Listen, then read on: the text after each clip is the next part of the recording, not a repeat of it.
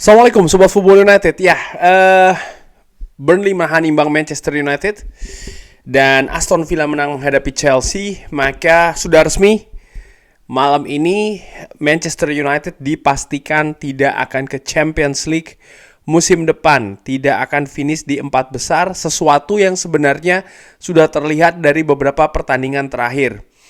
Kalau gue flashback ya, sebenarnya ada situasi yang mungkin menuju positif di awal tahun ini di bulan Januari ya, di mana Manchester United tampil berbeda, terutama ketika pemain-pemain seperti Lisandro Martinez, seperti Luke Shaw ini kembali dari masa cederanya. Namun kemunduran ini menjadi sesuatu yang terjadi setelahnya karena memang ya pemain-pemain tersebut cedera lagi, ditambah lagi lebih banyak pemain yang absen. Dan bagaimana inkonsistensi penampilan dari Manchester United terlalu sering membuang-buang poin menurut gue ya. Dan ya sudah resmi hari ini Manchester United tidak akan berlaga di Champions League musim depan. Ada kemunduran dari proses yang dilakoni oleh Erik ten Hag di Manchester United di musim pertama. Luar biasa, 3 besar, 2 final, 1 trofi bahkan. Musim ini 3 besar sudah lepas. Ini merupakan kemunduran. Tentu saja Erik ten Hag juga berperan di sana, ada tanggung jawab di sana ya, karena secara keseluruhan unsur teknis pemain penampilan Manchester United yang muaranya adalah hasil merupakan tanggung jawab dari Erik ten Hag. Walaupun seperti diinformasikan ya ada tantangan besar musim ini, bagaimana pemain yang cedera, bagaimana ada situasi gejolak internal ya dengan Jadon Sancho contohnya, lalu juga situasi dengan proses pergantian pemilik Manchester United yang baru kelar akhir tahun lalu, dan proses pergantian atau transisi dari manajemen ini masih terus terjadi sampai dengan saat ini, meninggalkan banyak ketidakpastian di klub. Dan tentu saja ini bukan sesuatu yang solid bagi sebuah klub ini untuk bergerak dengan lebih cepat ke depannya, karena ya memang ada proses yang harus dilalui dengan faktor-faktor yang gue sebutkan tadi. Tentu saja bisa ada debat ya, ataupun juga pendapat lain terkait dengan situasi permainan Erik ten Hag, situasi permainan Manchester United yang ingin dibangun oleh Erik ten Hag, sistemnya jelas tidak jelas. Ada beberapa artikel yang pernah gue bagi di channel ini, Football United ya. Yang jelas semua itu ada pengaruhnya di perjalanan Manchester United sampai dengan gagal ke Champions League musim ini. Tapi di video kali ini gue tidak akan menitik beratkan terkait dengan Erik ten Hag. Sekali lagi, gue sudah sebutkan ya, jangan disalahartikan. Erik ten Hag juga punya peran di sana. Jelas, apakah peran tersebut nanti harus divonis bahwa dipecat ataupun diteruskan? Well, ada hal-hal lain juga yang harus diperhatikan. Sudah pernah gue bahas dan tidak ingin gue ulangi di video ini. Tapi yang ingin gue bahas lebih di video ini adalah para pemain Manchester United. Para pemain Manchester United menurut gue ini juga sesuatu permasalahan besar ya. Bukan dari sisi teknis, bukan dari kualitas, bukan dari bagaimana cara mereka bermain sepak bola sebagai seorang profesional. Bukan secara teknisnya ya, tapi secara karakter, secara mentalnya, baik itu secara individu maupun secara kolektif. Menurut gue Manchester United musim ini enggak banget. Bibit itu sebenarnya sudah ada dari musim lalu. Kenapa? Karena walaupun Erik ten Hag berhasil membawa Manchester United finish di 3 besar, tapi ketika Manchester United menghadapi tim di 6 besar, ya kan, sangat sulit meraih kemenangan. Bagaimana Manchester United kalah telak di Etihad, kalah telak di Anfield. Hal-hal tersebut menunjukkan memang ada ketidakstabilan. Lalu Manchester United yang kalah di detik-detik terakhir ataupun menit terakhir ketika tandang menghadapi Arsenal di Emirates musim lalu, ya. Itu sebenarnya menurut gue sudah ada bibit-bibit bahwa ya kehilangan fokus, karakter tidak kuat sampai dengan akhir pertandingan. Sudah ada bibit-bibit. Dan ternyata hal tersebut berkelanjutan musim ini. Pertandingan menghadapi Burnley, jelas menurut gue Di samping soal masalah tenis yang by the way menurut gue sebenarnya tidak ada masalah karena Manchester United mendominasi, Manchester United menciptakan banyak peluang, pertahanan juga cukup solid, bahkan sempat unggul duluan di 10 menit terakhir, di mana di sepanjang pertandingan Manchester United kesulitan untuk mencetak gol, ada perubahan taktik, perubahan strategi, pemain juga digantikan ya kan. Akhirnya Manchester United setelah momentum perubahan tersebut bisa mencetak gol. Tapi apa yang terjadi? Kesalahan individu berujung penalti dan boom 1-1. Dan ini merupakan daftar pertandingan-pertandingan yang menurut gua ya yang menunjukkan betul bagaimana ini pertandingan terakhir ya dari Manchester United, beberapa pertandingan terakhir, kurang lebih ada 8 pertandingan terakhir yang menurut gua nyaris ke semuanya menunjukkan betul bagaimana mental karakter pemain itu enggak banget di Manchester United. Menghadapi Burnley, menghadapi Sheffield United, 2 gol Sheffield United, 1 kesalahan individu. Yang lainnya adalah kesalahan kolektif. Pertahanan Manchester United sangat lemah di proses itu saja ya, di proses kejadian gol.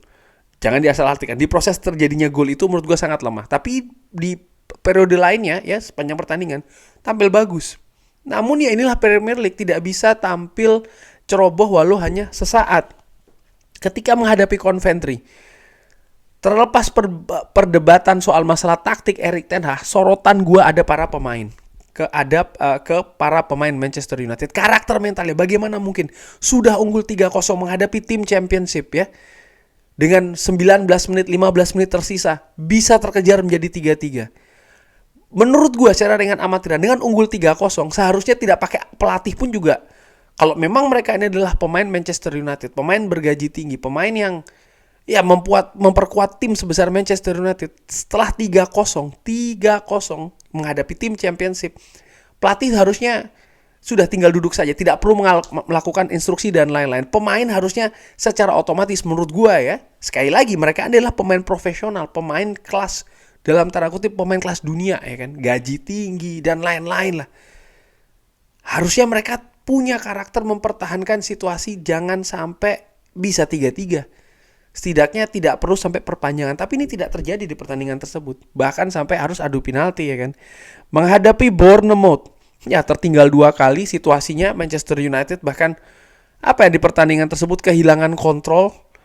Bagaimana lini kanan sangat mudah ditembus. Pemain Manchester United seperti kayak justru di bawah tekanan ya. Pemain Bournemouth justru pada saat itu terutama di babak pertama tampil lepas.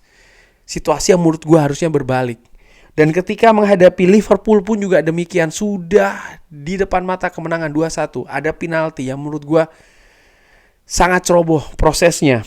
Menghadapi Chelsea ini juga lagi-lagi kecerobohan di saat-saat akhir. Menghadapi Brentford juga demikian di saat-saat akhir. Menghadapi Liverpool di saat-saat akhir babak pertama. Sudah unggul 1-0.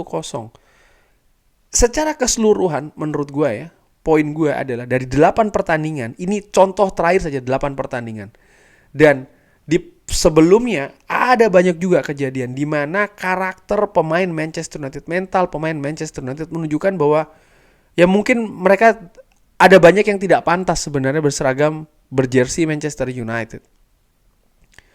Dan dari situ, tadi di awal gue sudah sebutkan memang ada pengaruh juga dari Erik ten Hag ya, mengenai fleksibilitas taktik contohnya, hal-hal teknis lah. Tapi karakter pemain seperti ini, seandainya memang pemilik Manchester United memutuskan untuk mengganti pelatih ya, seandainya ini dengan segala konsekuensinya, tapi karakter pemain seperti ini, mental pemain seperti ini menurut gue akan sama saja. Akan sama aja. Mau strategi sebagus apapun ya, mereka implementasikan, mereka bermain bagus, mereka unggul. Lalu ada beberapa periode mereka tidak fokus, mereka ya karakternya lemah lagi, ya lawan dengan mudah pasti akan mencetak gol. Ini Premier League. Dan itu menurut gue merupakan problema besar yang Erik ten Hag pernah sebutkan di awal musim, bahwa salah satu poin utamanya adalah bagaimana dia bisa mereset karakter mental pemain Manchester United. Dan ini ternyata bukan hal yang mudah. Ini bukan hal yang mudah. Jose Mourinho pernah mengatakan ya kan, ada beberapa pemain yang sebenarnya menurut dia tidak pantas untuk bermain di Manchester United, tapi saat ini masih tetap ada. Dia juga mengatakan salah satu proyeknya adalah mengganti barang-barang di dalam ruangan. Tapi untuk menggantinya, dia harus mengeluarkan barang tersebut sebelum bisa memasukkan barang yang baru. Itu analogi dari Jose Mourinho. Louis van Gaal bahkan lebih tegas lagi. Dia ingin menanamkan sebuah filosofi yang lebih keras di Manchester United. Tapi belum selesai proses tersebut, sudah diganti. Dan menurut gue ini merupakan merupakan hal yang besar juga nih, yang harus dirubah oleh Manchester United. Sekali lagi kita bisa berbicara tentang masalah teknis, gaya permainan, kaya miskin taktik. Tapi kalau mental pemain seperti ini, ya, gue tidak mengatakan semua pemain loh ya, tapi mungkin sebagian besar. Karena kecerobohan itu terlalu sering terjadi. Tim-tim seperti Manchester City, Arsenal, bahkan Liverpool, Aston Villa, mereka mendapatkan posisi 4 besar. Tapi ya itu bukan tidak tanpa tanpa sesuatu yang sangat berbeda dengan Manchester United. Dan salah satu faktor tersebut adalah kita bisa berbicara tentang masalah jumlah pemain yang cedera. Kita bisa berbicara soal mungkin taktik implementasi strategi dari pelatih-pelatih di tim tersebut lebih bagus ya secara garis besar dibanding Erik ten Hag. Itu bisa juga dibicarakan demikian. Tapi bagaimana mental karakter pemain?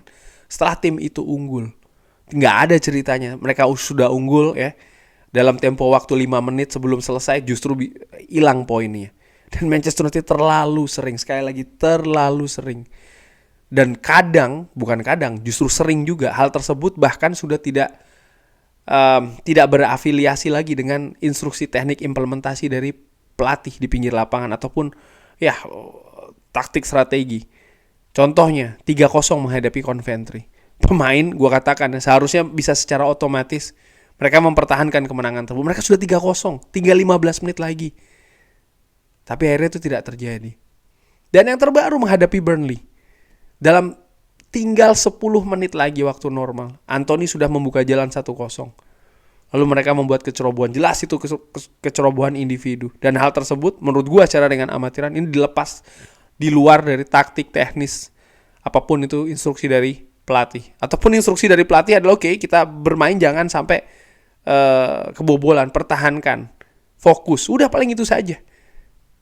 Mereka pemain profesional, mereka mendominasi pertandingan, mereka memiliki banyak peluang, tapi satu momentum kesalahan menggagalkan banyak hal menurut gue. Dan sayangnya sekali lagi ya, gue ulangi, itu terjadi terlalu sering musim ini.